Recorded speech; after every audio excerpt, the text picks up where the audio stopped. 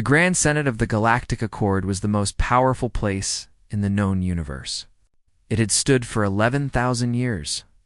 Its walls were made of living crystal that glowed with soft blue light. 100 different species sent their leaders here to make decisions that shaped the lives of trillions. On this day, something unusual was happening. A new species had come to ask for membership. They called themselves humans. Ambassador Ji-hoon stood alone in the center of the great chamber. He was a tall man with calm eyes and steady hands. He wore a simple dark suit, nothing fancy, nothing meant to impress. Behind him sat his small delegation, Admiral Yuna, a woman with sharp eyes and silver hair tied back tight. Chief Scientist Do-yeon, a quiet man who watched everything with curiosity. And Cultural Attach Hannah, young but confident, holding a tablet close to her chest. Around them, rising up in hundreds of rows, sat the representatives of the galaxy's oldest civilizations. Some looked almost human. Others were strange beyond imagination. There were the Valori tall beings with skin like polished stone and forearms. There were the Mechari, insect-like creatures with clicking mandibles and compound eyes that reflected the chamber's light. The Lunith floated in water tanks, their jellyfish-like bodies pulsing with bioluminescence. And there were dozens more. All of them ancient. All of them powerful. All of them looking down at the single human standing before them. Ji-hoon cleared his throat and began to speak. His translator device turned his words into 100 different languages at once. "Honored delegates of the Galactic Accord," he said, his voice steady. "I come before you today on behalf of Earth and all humanity. We are a young species. We have only traveled among the stars for 200 years, but we have come far in that time, and we believe we have much to offer." He paused and looked around the chamber. Some delegates seemed curious. Many seemed bored. A few were already whispering to each other. "We offer shared technology," Ji-hoon continued. "We offer cultural exchange. We offer our hands in friendship and our promise to stand beside you in times of trouble. We ask only for one thing in return: a seat among equals, a chance to be part of something greater than ourselves." For a moment, there was silence. Then a sound began. It started low, like distant thunder. It grew louder. It took Ji-hoon a moment to realize what it was. Laughter. The Valori delegate, a massive figure named Korath, was laughing. His forearms shook with amusement. His stone-like face cracked into something that might have been a smile. 200 years, Korath said, his voice booming through the chamber. 200 years among the stars? And you come here asking to sit beside civilizations that have existed for millions of years? More laughter spread through the chamber. The Mechari clicked their mandibles in rapid patterns that their translators rendered as mockery. The Lunith bubbled and pulsed with colors that meant amusement. "Your species still fights among itself," Korath continued, standing now, towering over the chamber. "You have wars on your own planet. You cannot even agree on how to govern yourselves. And you want to join the Accord?" He laughed again, louder this time. "You are children," he said. "Amusing children, perhaps, but children nonetheless. The Accord is for civilizations, not for infants playing with fire." Ji-hoon did not move. His face showed nothing. Behind him, Admiral Yuna's jaw tightened, but she too remained still. Do-yeon's hands curled into fists beneath his data tablet. Hannah's eyes burned with something that might have been anger, but she kept her silence. "We have reviewed your application," said another delegate. A Mechari official whose name translated roughly as clicking stone. "Your technology is primitive. Your culture is chaotic. Your history is violent. You offer us nothing we do not already have in abundance. And your military," added a Lunith delegate, its voice bubbling through water, "could be destroyed by a single patrol fleet. You are not partners. You are not even pets. You are simply irrelevant." It's more laughter. It echoed off the crystal walls and filled every corner of the chamber. Ji-hoon stood in the center of it all, letting it wash over him like a wave. When the laughter finally died down, he spoke again. "I understand," he said. His voice was quiet but clear. "We are young. We are small. We have made many mistakes, but we learn from our mistakes. We grow. We adapt. That is what humans do. He looked around the chamber one more time, meeting the eyes of every delegate who would look at him. Only ask that you reconsider. Not today, perhaps, but someday. When you are ready to see us as we truly are. Korath waved one of his massive hands dismissively. The vote will proceed. The voting was quick. 97 species voted against humanity's admission. 3 voted in favor, small species that no one listened to anyway. The Athrani, a mysterious race with silver eyes and pale skin, abstained without explanation. The motion is denied, Korath announced, satisfaction thick in his voice. Humanity is not welcome in the Galactic Accord.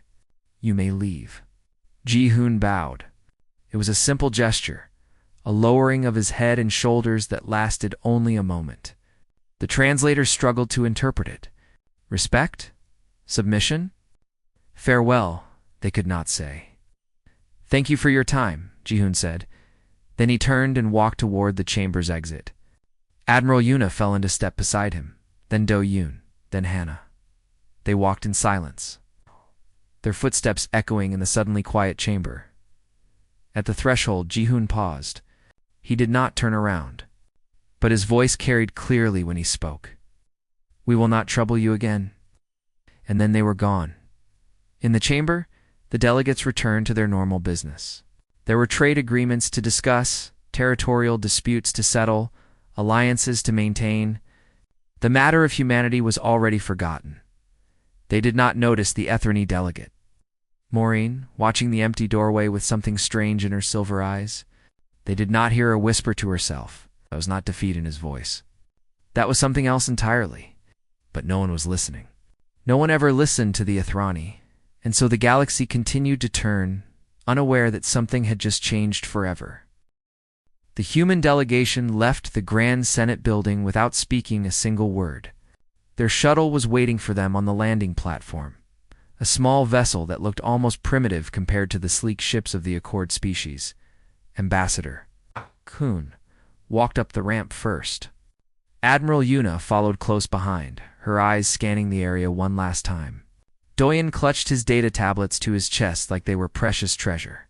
Hannah was the last to board, and just before she stepped inside, she looked back at the glittering towers of the Senate complex.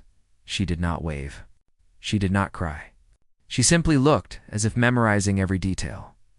Then she turned and disappeared into the shuttle. The doors closed with a soft hiss. Inside the shuttle, no one spoke for a long time. The pilot, a young man named Taemin, glanced back at them, but knew better than to ask questions. He simply set the course for their main ship, the ESS Horizon, which waited in orbit above the Accord's capital world. Finally, Admiral Yuna broke the silence. Orders, Ambassador? Ji-hoon was staring out the window at the planet below. Cities stretched across its surface like circuits on a massive computer board. Billions of beings lived down there, members of species that had conquered the stars, while humans were still learning to make fire.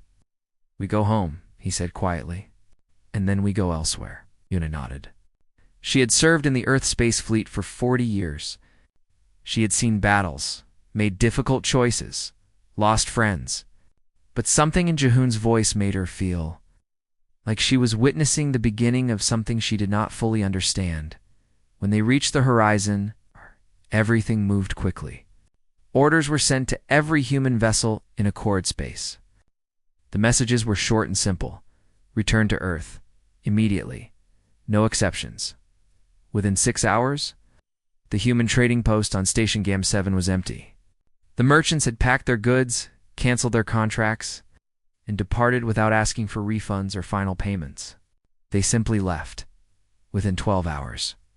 The human research team on the frozen moon of Kelter had dismantled their equipment and loaded it onto transport ships. They left nothing behind. Not a single piece of paper, not a forgotten tool, not even footprints in the ice. Within 24 hours, every human being in Accord space was gone. The Accord noticed, of course. How could they not? But they were not concerned. If anything, the delegates were relieved. The humans had accepted their rejection gracefully. No protests, no demands, no threats. They had simply left. Perhaps they are more civilized than we thought, Karath remarked to his aides. At least they know when they are not wanted. But the strangeness did not stop there. 3 days after humanity's departure, the monitoring stations near Earth's solar system detected something unusual. The human ships had returned home, as expected. But then something happened that no one could explain. A barrier appeared around Earth's entire star system. It was not a physical wall. It was something else. Something the Accord scientists could not identify. Probes sent to investigate simply stopped functioning when they got close. Ships that tried to approach found their navigation systems failing. Engines stuttering, their communications going dark. The barrier was invisible, but it was absolute. Karath demanded answers. The Accord's best scientists studied the phenomenon for weeks. They sent increasingly sophisticated probes. They tried different approaches, different technologies, different theories. Nothing worked. It appears to be some kind of field, one scientist reported. It blocks all known forms of energy and matter. We cannot penetrate it. We cannot even scan what is inside. How is this possible? Korath demanded. They are primitive. They have had space travel for only 2 centuries. The scientist could only spread his tentacles in the universal gesture of confusion. We do not know. Perhaps they were hiding their true capabilities. Perhaps they developed this technology after leaving? We simply do not know. Inside the barrier, things were happening that the Accord could not see. Admiral Yuna stood on the bridge of the horizon, watching Earth rotate slowly below. It was beautiful, she thought. Blue and green and white, the home of humanity. The cradle of their species, but not their cage. Never their cage? All ships accounted for? She asked. Yes, Admiral, her first officer replied. Every human vessel is now within the barrier. All citizens have been recalled. All assets have been secured. Yuna nodded. She turned to look at the main view screen, which showed the stars beyond the barrier. Thousands of points of light, each one a sun, each one surrounded by worlds the Accord claimed as their own. And the new drives installation is complete on the first wave of ships. The Elsewhere project can begin whenever you give the order. Elsewhere. That was what they had named it. Not a destination, but a direction. Outward. Beyond. Into the spaces the Accord had forgotten or abandoned, or never bothered to explore in his quarters aboard the horizon. Ambassador Jihoon sat alone in the darkness. He was thinking about the laughter, how it had echoed through the chamber, how every species had joined in, mocking humanity like they were nothing. He was not angry. Anger was wasteful. Anger was loud. Instead, he was thinking about silence, about patience, about the long game that stretched out before humanity like an endless road. Hannah found him there an hour later. She knocked softly before entering. Ambassador? The council wants to speak with you. Jihoon looked up. In the dim light, his face seemed older than before. Wiser, perhaps. Or maybe just tired. Tell them I will address the full assembly tomorrow, he said. Tonight, I need to think. Hannah nodded and turned to leave, but she paused at the door. What are we going to do? She asked. Out there, I mean. In the places they laughed at us for wanting to explore. Jihoon was quiet for a long moment. When he spoke, his voice was calm and certain. We are going to build something, he said. Something they never imagined. Something that will still be standing long after their laughter has faded to silence. Hannah smiled. It was a small smile, but it was real. Good, she said. I look forward to seeing it. She left, and Jihoon returned to his thoughts. Outside his window, the stars waited, and humanity began its long, silent journey into the unknown. 10 years passed. The Galactic Accord continued as it always had. Trade flowed between worlds. Disputes were settled. Wars were fought and won. And slowly, very slowly, the galaxy forgot about the strange little species that had once asked to join them. But forgetting was a mistake. The first whispers came from the edges of known space. A Valori merchant ship reported something strange near the dead zone. A region so filled with radiation that no species had ever colonized it. The merchant claimed to have seen lights there. Moving lights. Ship lights. It's impossible, his superior said. Nothing can survive in the dead zone. But the reports kept coming. A Mechari patrol found an abandoned research station in a region of space so cold that their instruments struggled to function. The station was old, built by some long-dead species. But inside, they found something new. Human writing on the walls. Human equipment in the storage rooms. Human modifications to the ancient systems. They were here, the patrol captain reported. Recently, within the last year. Impossible, the Mechari command said. Humans cannot survive in such conditions. But they could. They were 20 years after humanity's departure. A Luneth science vessel encountered something that changed everything.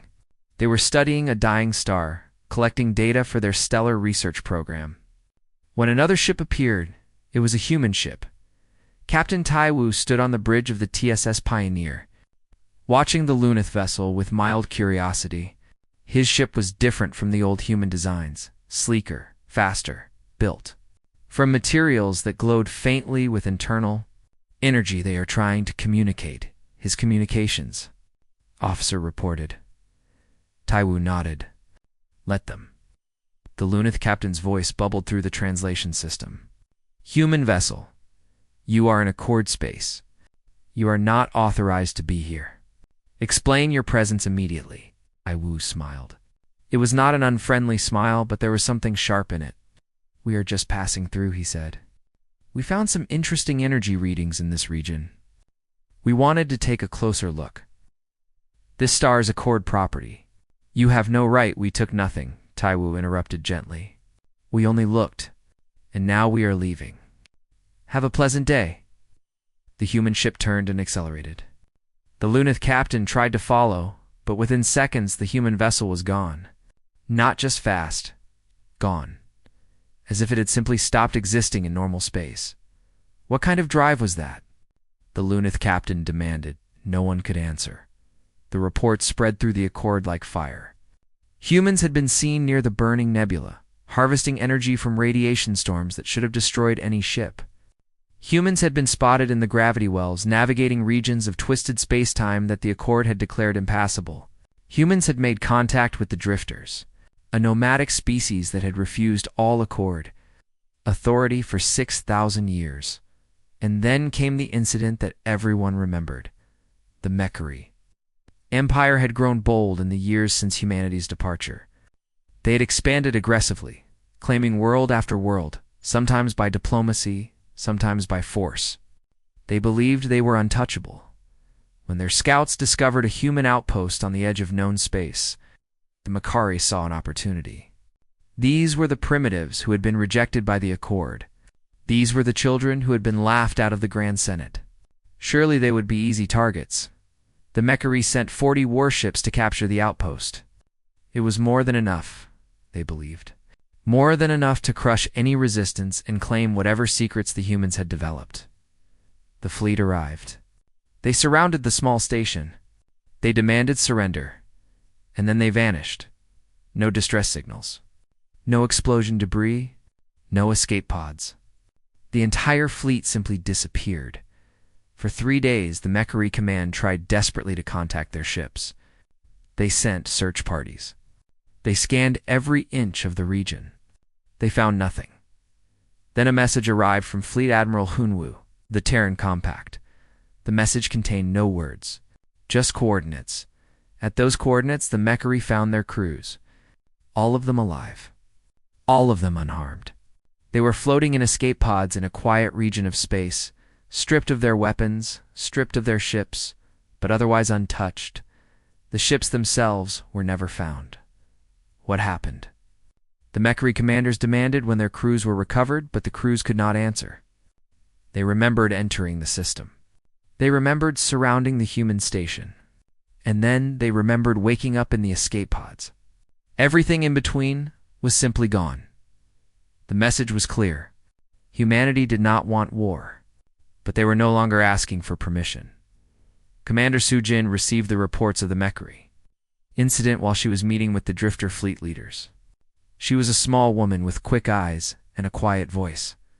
But the drifters had learned to respect her in ways they had never respected any Accord diplomat. "The Empire will not bother you again," she told them, "but we should talk about the future." The drifter leader, a scarred veteran of 100 conflicts, studied her with his one remaining eye. "Your people are strange," he said. "The Accord fears you now. They do not understand you. That frightens them more than any weapon." Sujin smiled. "Good. Fear leads to respect, and respect leads to equality. And what do you want from us?" "Partnership," Sujin said simply. "Not rule. Not control. Just partnership. We help you, you help us. We grow together." The drifter was silent for a long moment. Then he extended his hand in the human gesture he had learned. "Then let us grow together." Across the galaxy, similar conversations were happening. Species the Accord had ignored, exploited, or abandoned were receiving visits from human ships. Not warships. Not conquerors. Just people, asking simple questions. "What do you need? How can we help? Would you like to be part of something new?" And slowly, quietly, a new power was being born. The Accord did not understand it. They could not see it. They only knew that something was changing. Something was growing out there in the darkness, and they were beginning to be afraid. 50 years had passed since the humans walked out of the Grand Senate. 50 years since the laughter echoed through those crystal halls. And now Delegate Morin of the Ithrani stood where Ambassador Ji-hoon had once stood, speaking words that no one wanted to hear. "We made a mistake," she said. The chamber was quieter than it had been half a century ago. The Mechari delegation was smaller now, their empire weakened by mysterious losses and failed expansion. The Valori still sat in their high seats, but their confidence had faded.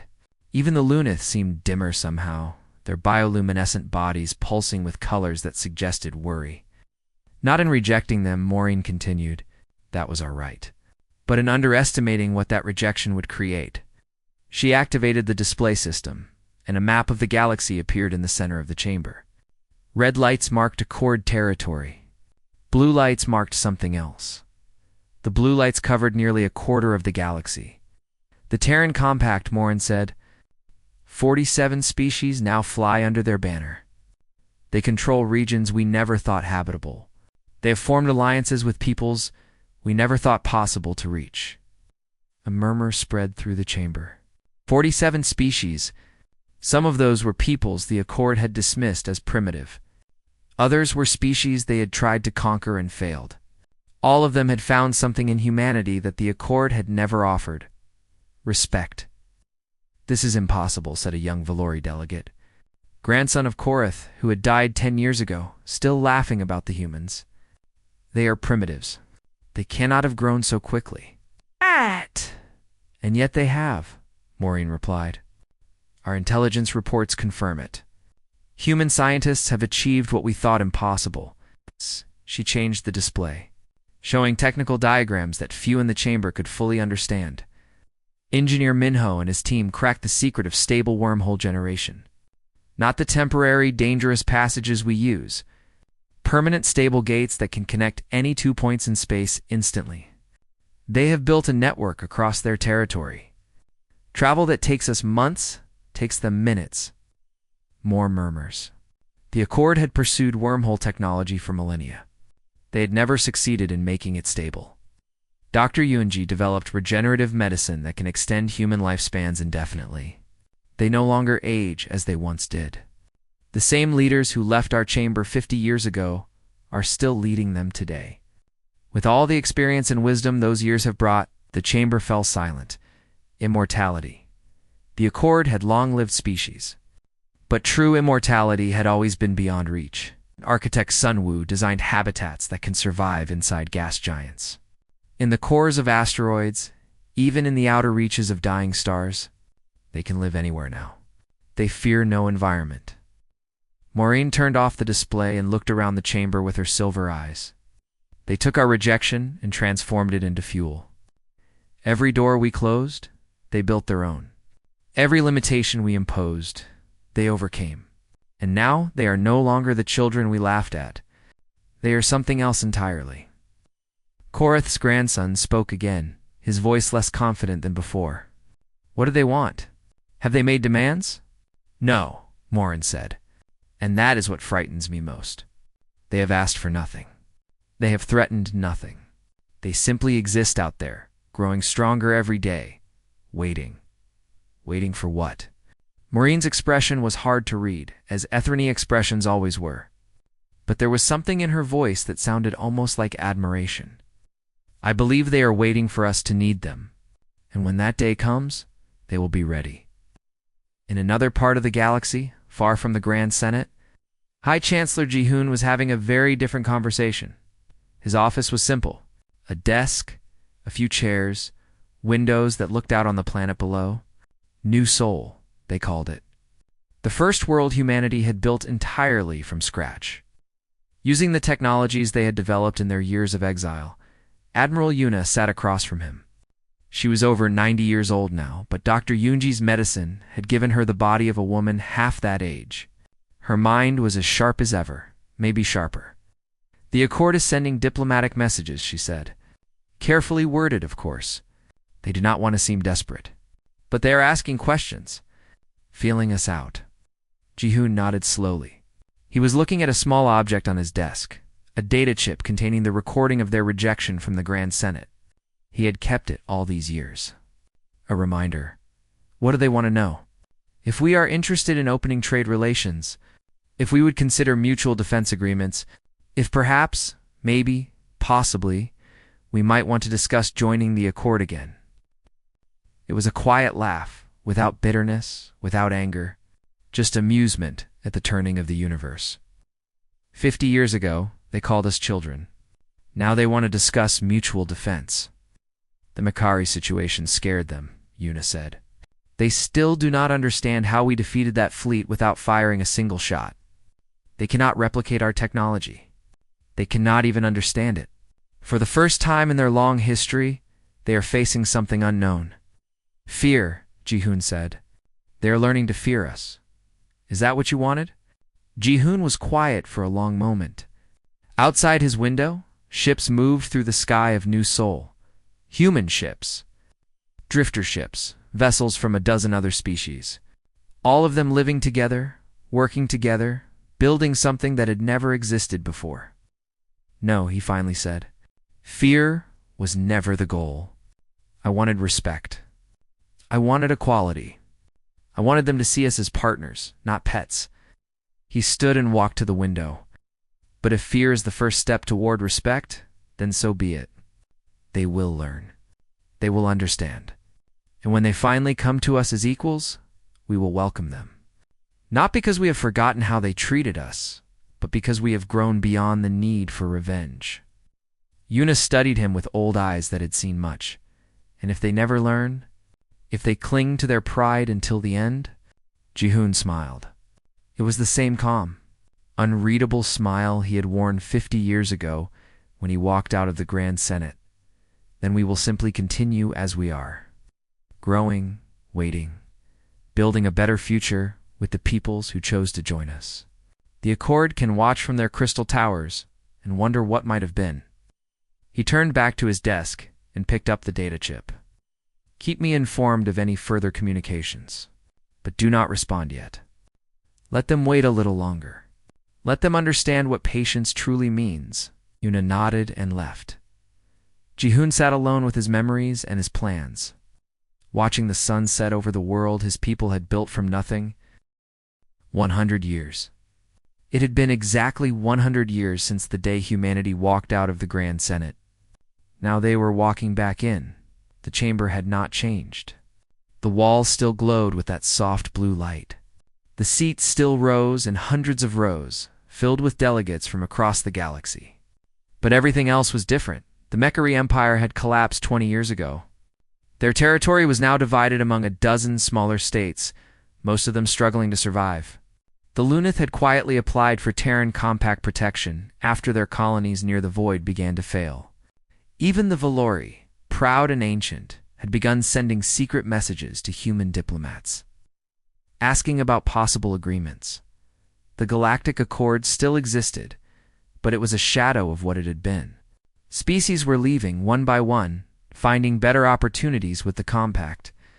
The crystal halls that had once echoed with the confident voices of 100. Civilizations now felt hollow and uncertain. And today, humanity was returning. High Chancellor Jihoon walked slowly through the great doors. His hair was white now, though his body remained strong thanks to Dr. Yunji's medicine. His eyes were the same calm, observant eyes that had faced the Senate's mockery a century ago. He remembered every moment of that day. He had never forgotten. Behind him came the delegation. Admiral Yuna walked at his right side, her silver hair shining in the chamber's light.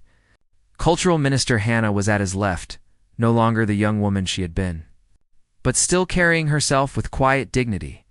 Dr. Doyen was there too, his mind still sharp after all these years, still curious about everything he saw. But they were not alone. Behind the human delegation came representatives of 47 other species. The drifters finally settled after millennia of wandering. The hollow folk from the deep space between stars. The crystal singers from the radiation zones. The stone children from the heavy gravity worlds. All of them united under the banner of the Terran Compact. All of them walking into the chamber that had once rejected their friends. The Senate fell silent. No whispers. No murmurs. Certainly no laughter. Jihan stopped in the center of the chamber, in the exact spot where he had stood 100 years ago. He looked around slowly, meeting eyes with delegates old and new. He recognized some faces. Korith's grandson, now old himself, watching with something like fear. Delegate Maureen of the Athrani, her silver eyes unreadable as always. Others he did not know, young leaders who had only heard stories of the day humanity was rejected. When he spoke, his voice filled the chamber without effort. 100 years ago, I stood in this place as a petitioner. I came asking for nothing but a chance, a seat among equals, an opportunity to prove ourselves. He paused, letting the words settle. You gave us your answer. You laughed. You called us children. You told us we were not worthy of your attention. The silence in the chamber was absolute. No one moved. No one spoke. Today I come not to ask, but to offer. Jihoon raised his hand, and behind him, the representatives of the Terran Compact stepped forward. 47 species, standing together, presenting a united front that the Accord had never achieved in all its 11,000 years. The Terran Compact extends membership to any species willing to stand as equals, Jihoon continued. No hierarchies based on age or power. No mockery of the young or the different. No dismissal of those who have not yet proven themselves. Only respect. Only partnership. Only the shared belief that together we can build something greater than any of us could build alone. Korith's grandson rose from his seat. His voice was uncertain, stripped of the confidence his grandfather had carried. And if we refuse, will you take your revenge? Will you punish us for what was done to you? Jihoon smiled. It was the same smile he had worn a century ago, calm and unreadable. But now there was something else in it. Not bitterness. Not triumph. Something that looked almost like peace. Then we will leave, he said. Without a sound, just as we did before. He spread his hands, a gesture of openness. But I do not think you will refuse. I think you have learned something in these 100 years. I think you have watched us grow, watched us build, watched us bring together peoples you never thought could be united. And I think you have begun to understand. He lowered his hands. We never wanted to defeat you. We never wanted to replace you. We only wanted to stand beside you. That offer still stands. It has always stood. The only question is whether you are ready to accept it. The chamber remained silent. The weight of 100 years pressed down on every delegate. Then Delegate Maureen of the Athrani rose from her seat. Her people had abstained from the vote all those years ago. They had seen something the others had missed. Now, slowly, she walked down from her place in the high seats. She crossed the floor and stopped beside Jihoon. Then she turned to face the Senate. The Athrani accept, she said simply. For a moment, nothing happened. Then another delegate rose. A young Lunith, barely old enough to remember the old days, She floated forward in her water tank. "The Luneth accept," she said. One by one, others followed. The Stone Children, the Star Wanderers, species great and small, ancient and young. They left their seats and came to stand with humanity. Koreth's grandson watched from his place. His hands trembled. His face showed the struggle within him. Pride against wisdom.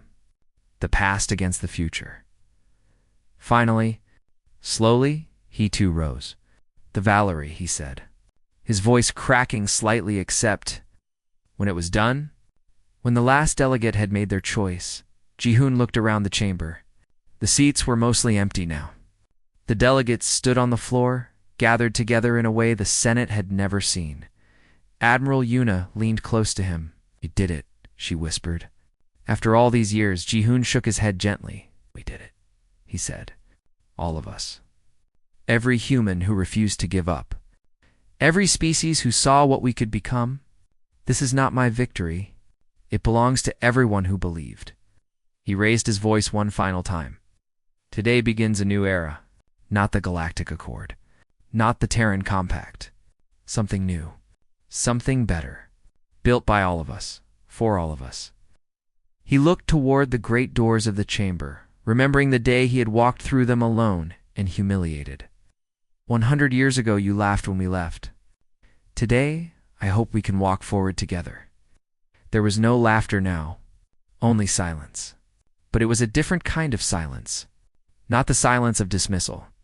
The silence of understanding and humanity at last had been heard.